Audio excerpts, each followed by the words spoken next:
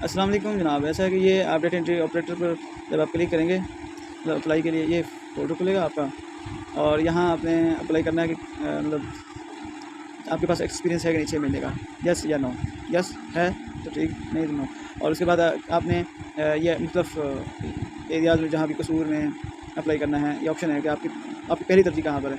आपकी पहली तरजीह अगर यहाँ पत्तों की नज़दीक है तो ठीक है, तो पत्तों की अगर तलाश कर लें, पत्तों की में यहाँ दिया होगा ऑप्शन कहाँ पर है, PTU, तो वो आप जो है ये लो पत्तों की, तो ये ऑप्शन कर दें जितनी सीटों पर अप्लाई करना, बाकी जो है सीटें वो आप NA कर दें, ठीक है, नॉट एप्लीकेबल। और अगर खाली छोड़ेंगे तो शायद वो फाइल प्रोसेस आगे ना जा सके, क्योंकि और यहाँ पर ये इन्होंने एड्रेस पूछा, एड्रेस आप टेस्ट सिटी कौन सा सेलेक्ट करेंगे, लाहौर, क्योंकि हमारे लिए सबसे नज़दीक लाहौर है। अगर आपके जो मुनासिब लगता है उकाड़ा तो यहाँ नहीं दिया हुआ, तो लाहौर ही बेहतर है। तो ये अप्लाई करेंगे तो ये ऑप्शन पूछ रहा है कि बाकी भी नॉट एप्लीकेबल करेंगे जब तक, या फिर सभी में किसी न किसी